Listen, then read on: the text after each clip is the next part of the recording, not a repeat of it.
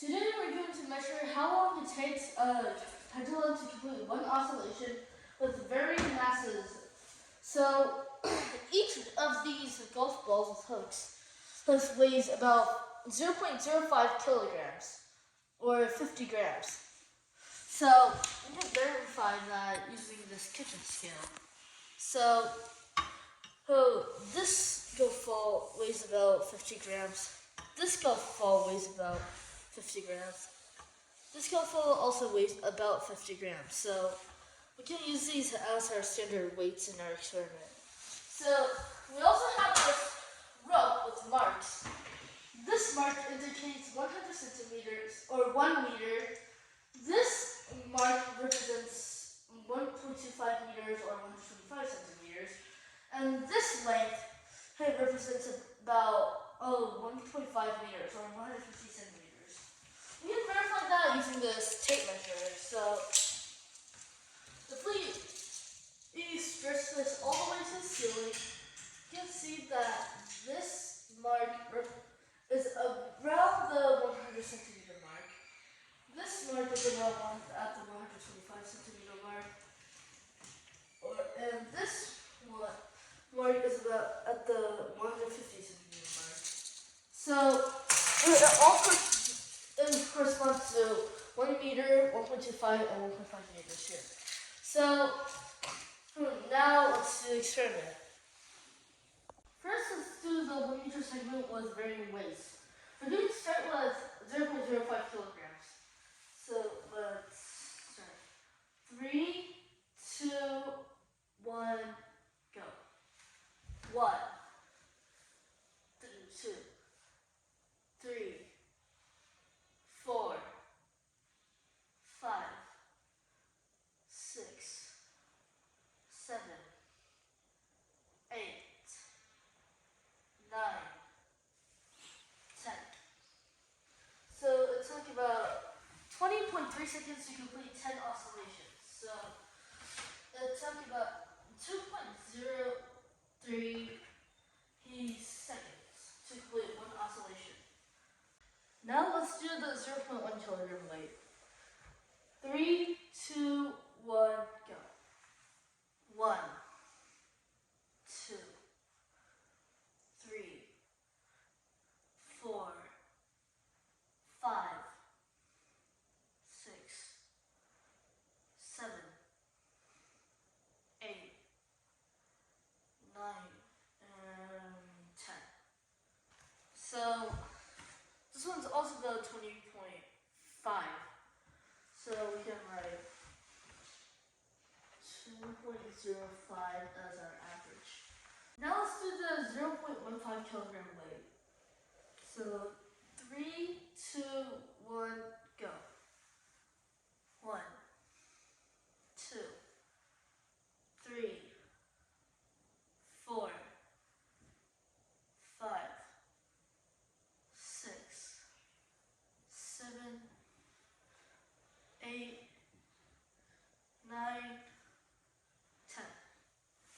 So this time it took also about 20.3 seconds to complete 10 oscillations. So our average is going to be 2.03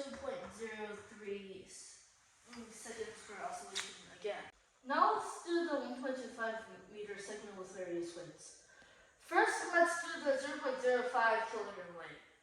3, 2, 1, start. 1, 2, 3, 4, 5, 6, 7, 8, 9, 10. So it took about 22.6 seconds to complete 10 oscillations, which means 2.26 seconds. Hence, on average, to complete one oscillation. Now let's do the 0.15 kilogram weight. 3, 2, 1, go. 1, 2, 3, 4, 5,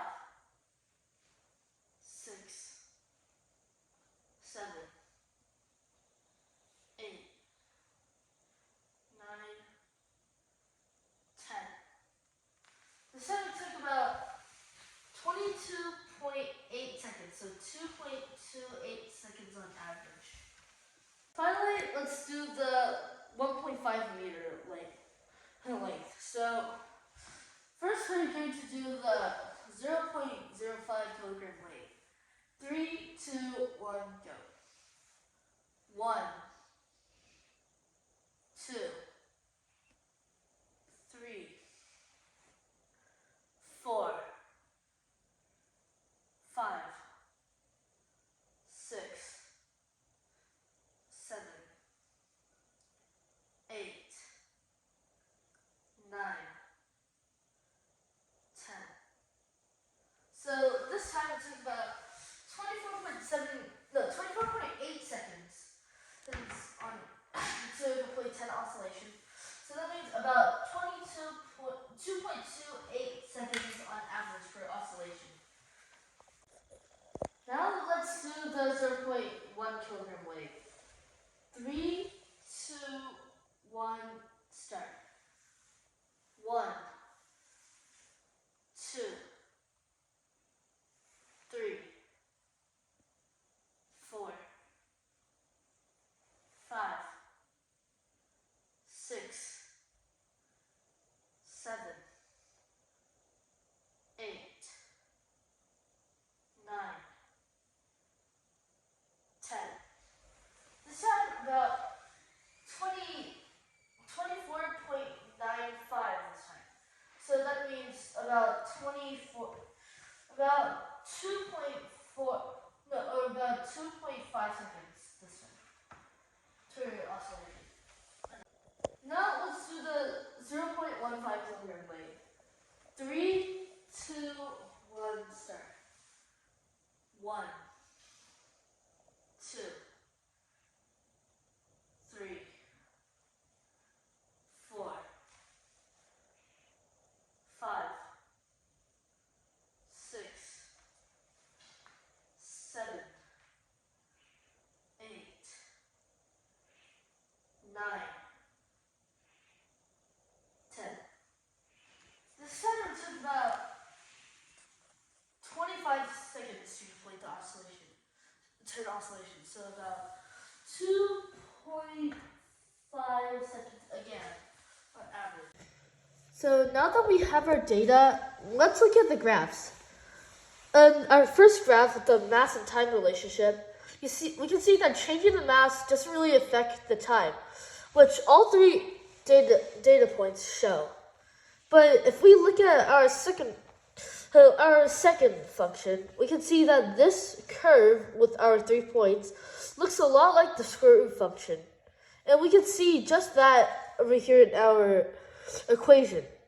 And we can see there's no mass factor over here, which means that the mass isn't supposed to affect our time.